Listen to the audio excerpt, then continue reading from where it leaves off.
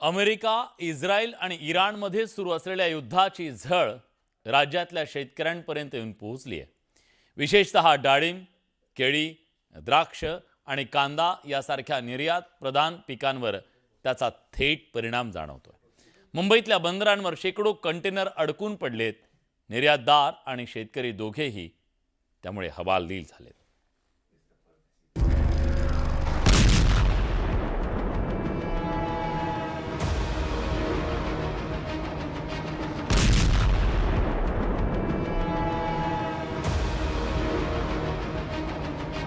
America, Israel आणि इराणमधल्या संघर्षामुळे मध्य पूर्वेतील व्यापार मार्गे आणि बंदरे अस्थिर झाली आहेत.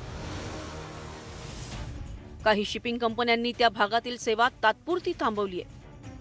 त्यामुळे महाराष्ट्रातून जाणाऱ्या शेतीमालाच्या निर्यातीवर मोठा परिणाम झालाय. मुंबईजवळील JNPA शेकडो कंटेनर अडकले आहेत. द्राक्ष, केळी, कांदा, कलिंगड आणि इतर फळभाज्यांनी भरलेले कंटेनर प्रतीक्षेत थांबले आहेत. सुमारे 800 टनहून अधिक शेतीमाल बंदरात अडकून पडलाय. यावरून किती प्रचंड नुकसान होत आहे याचा अंदाज करता येईल. सांगली जिल्ह्यातून निर्यात होणाऱ्या हळदीलाही मोठा फटका बसलाय. यंदा हळदीचं उत्पादनही चांगलं आलं होतं. आखाती युद्ध सुरू होण्यापूर्वी हळदीला प्रतवारीनुसार 14,500 पासून 24,000 पर्यंतचा दर मिळत होता. मात्र आता प्रति क्विंटल 1000 ते 1200 रुपयांनी भाव उतरले. आखाती देशात निर्यात करणाऱ्या शिपिंग कंपन्यांनी हळद परत घेऊन जायला सांगितल्यानं शेतकऱ्यांचं मोठं नुकसान होणार आहे. सांगलीतून बरेचशा हळद एक्सपोर्टमध्ये गल्फ कंट्रीमध्ये कतार आहे, बेरीन आहे, दुबईला फार मोठ्या प्रमाणात जाते. त्याच्यानंतर इराणला सुद्धा स्थानिक प्रॉपर इराणमध्ये सुद्धा बरीचशी हळद सांगलीतून एक्सपोर्ट होत असते डायरेक्ट. आणि तिकडून येताना त्यांना त्याच्यामध्ये खजूर, सफरचंद, मोसंबी अशा बरेचसे पदार्थ येत असतात तिकडनं.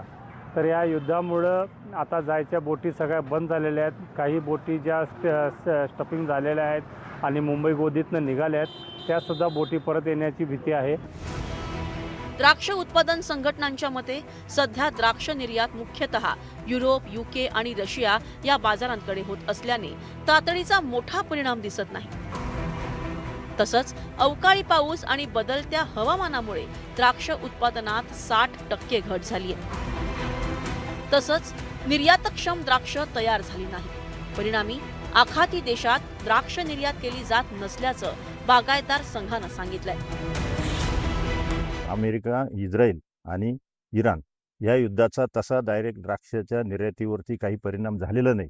फक्त आखाती देशामध्ये जो काही माल निर्यात होत होता तो अगदी नगण्य होता. त्याच्यामुळे त्याचा इकडं लगेच इफेक्ट झाला नाही. कारण आपली जी निर्यात आहे ती आता सध्या युरोप, UK आणि रशिया इकडं चालू आहे.